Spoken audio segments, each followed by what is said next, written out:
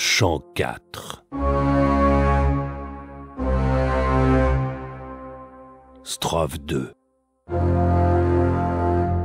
Deux piliers qu'il n'était pas difficile et encore moins impossible de prendre pour des baobabs s'apercevaient dans la vallée, plus grands que deux épingles. En effet, c'étaient deux tours énormes. Et quoique deux baobabs au premier coup d'œil ne ressemblent pas à deux épingles, ni même à deux tours, cependant, en employant habilement les ficelles de la prudence, on peut affirmer sans crainte d'avoir tort, car si cette affirmation était accompagnée d'une seule parcelle de crainte, ce ne serait plus une affirmation, quoiqu'un même nom exprime ces deux phénomènes de l'âme qui présentent des caractères assez tranchés pour ne pas être confondus légèrement. Qu'un baobab ne diffère pas tellement d'un pilier, que la comparaison soit défendue entre ses formes architecturales ou géométriques, ou l'une et l'autre, ou ni l'une ni l'autre, ou plutôt formes élevées et massives. Je viens de trouver. Je n'ai pas la prétention de dire le contraire. Les épithètes, propres aux substantifs, pilier et baobab.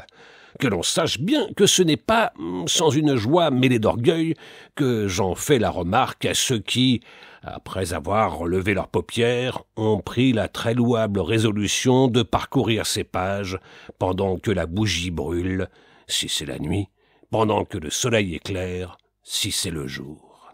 Et encore, quand même, une puissance supérieure nous ordonnerait dans les termes le plus clairement précis de rejeter dans les abîmes du chaos la comparaison judicieuse que chacun a certainement pu savourer avec impunité, même alors, et surtout alors, que l'on ne perde pas de vue cet axiome principal, les habitudes contractées par les ans, les livres, le contact de ses semblables et le caractère inhérent à chacun qui se développe dans une efflorescence rapide imposeraient à l'esprit humain l'irréparable stigmate de la récidive dans l'emploi criminel.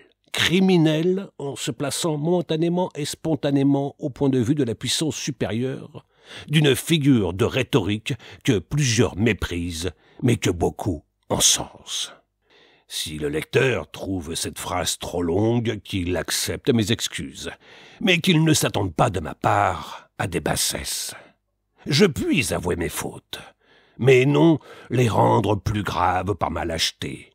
Mes raisonnements se choqueront quelquefois contre les grelots de la folie et l'apparence sérieuse de ce qui n'est en somme que grotesque. Quoique, d'après certains philosophes, il soit assez difficile de distinguer le bouffon du mélancolique, la vie elle-même étant un drame comique ou une comédie dramatique. Cependant, il est permis à chacun de tuer des mouches, et même des rhinocéros, afin de se reposer de temps en temps d'un travail trop escarpé. Pour tuer les mouches, voici la manière la plus expéditive, quoique ce ne soit pas la meilleure.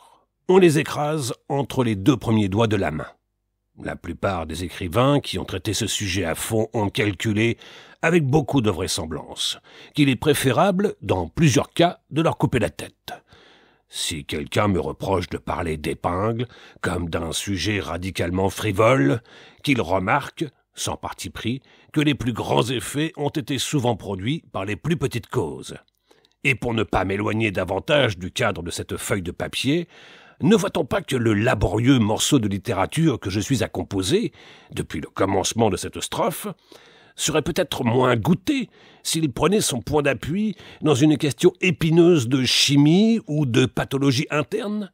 Au reste, tous les goûts sont de la nature, et quand au commencement j'ai comparé les piliers aux épingles avec tant de justesse, certes je ne croyais pas qu'on viendrait un jour me le reprocher, je me suis basé sur les lois de l'optique, qui ont établi que, plus le rayon visuel est éloigné d'un objet, plus l'image se reflète à diminution dans la rétine.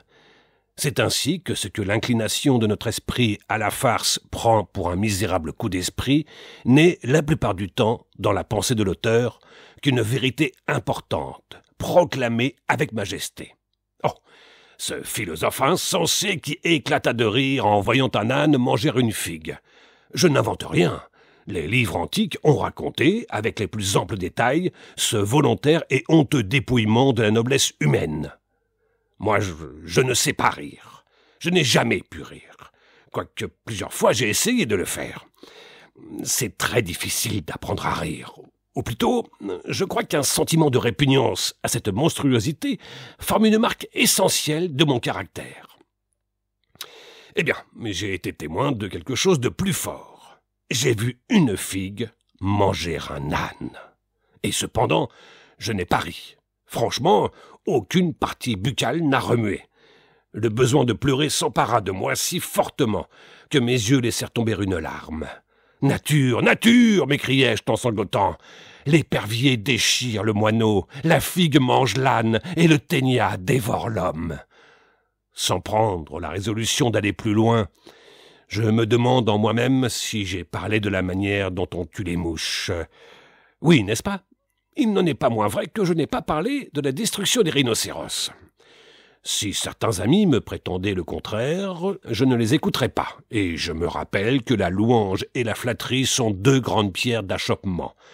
Cependant, afin de contenter ma conscience autant que possible, je ne puis m'empêcher de faire remarquer que cette dissertation sur le rhinocéros m'entraînerait hors des frontières de la patience et du sang-froid, et de son côté découragerait probablement, ayons même la hardiesse de dire certainement, les générations présentes.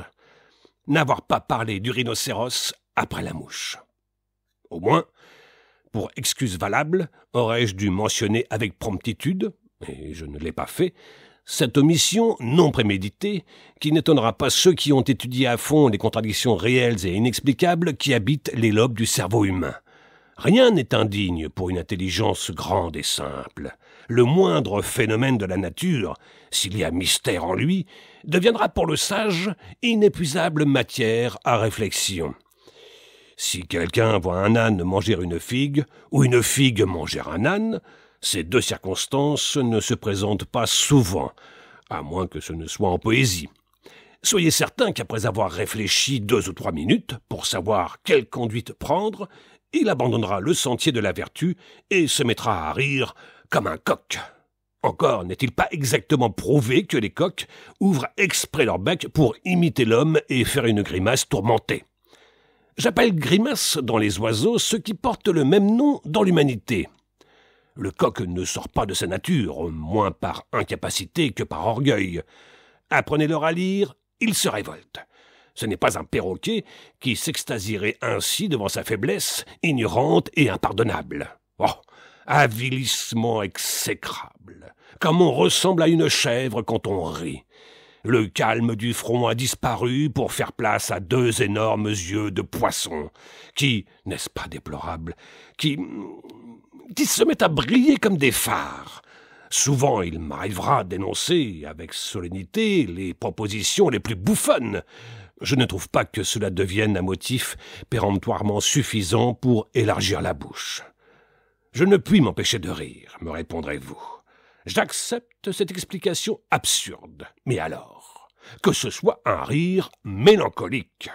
Riez, mais pleurez en même temps. Si vous ne pouvez pleurer par les yeux, pleurez par la bouche.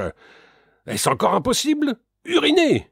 Mais j'avertis qu'un liquide quelconque est ici nécessaire pour atténuer la sécheresse que porte dans ses flancs le rire aux traits fendus en arrière. Quant à moi, je ne me laisserai pas décontenancer par les gloussements cocasses et les beuglements originaux de ceux qui trouvent toujours quelque chose à redire dans un caractère qui ne ressemble pas au leur, parce qu'il est une des innombrables modifications intellectuelles que Dieu, sans sortir d'un type primordial, créa pour gouverner les charpentes osseuses. Jusqu'à nos temps, la poésie fait une route fausse, s'élevant jusqu'au ciel ou rampant jusqu'à terre.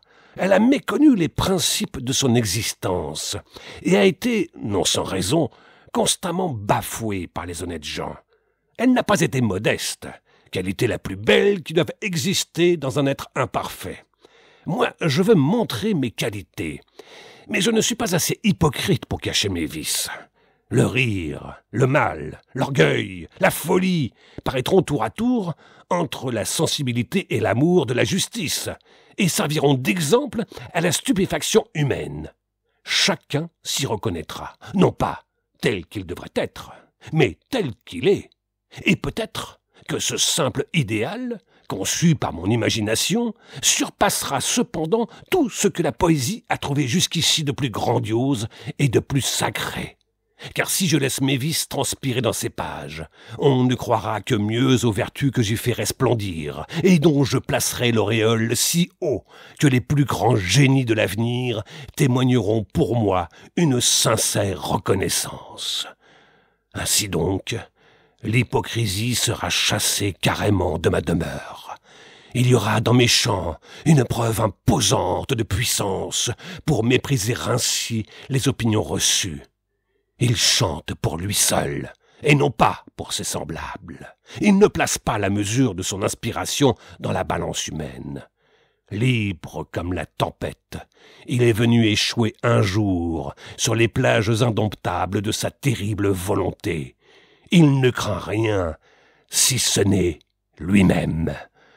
Dans ses combats surnaturels, il attaquera l'homme et le Créateur avec avantage, comme quand l'espadon enfonce son épée dans le ventre de la baleine. Qu'il soit maudit par ses enfants et par ma main décharnée, celui qui persiste à ne pas comprendre les kangourous implacables du rire et les poux audacieux de la caricature. 2 tours énormes s'apercevaient dans la vallée. Je l'ai dit au commencement. En les multipliant par 2, le produit était 4. Mais je ne distinguais pas très bien la nécessité de cette opération d'arithmétique. Je continuais ma route avec la fièvre au visage, et je m'écriais sans cesse « Non, non, je ne distingue pas très bien la nécessité de cette opération d'arithmétique !» J'avais entendu des craquements de chaînes et des gémissements douloureux que personne ne trouve possible, quand il passera dans cet endroit, de multiplier les tours par 2 afin que le produit soit 4. Quelqu'un soupçonne que j'aime l'humanité comme si j'étais sa propre mère et que je l'eusse portée 9 mois dans mes flancs parfumés. C'est pourquoi je ne repasse plus dans la vallée où s'élèvent les 2 unités du multiplicande.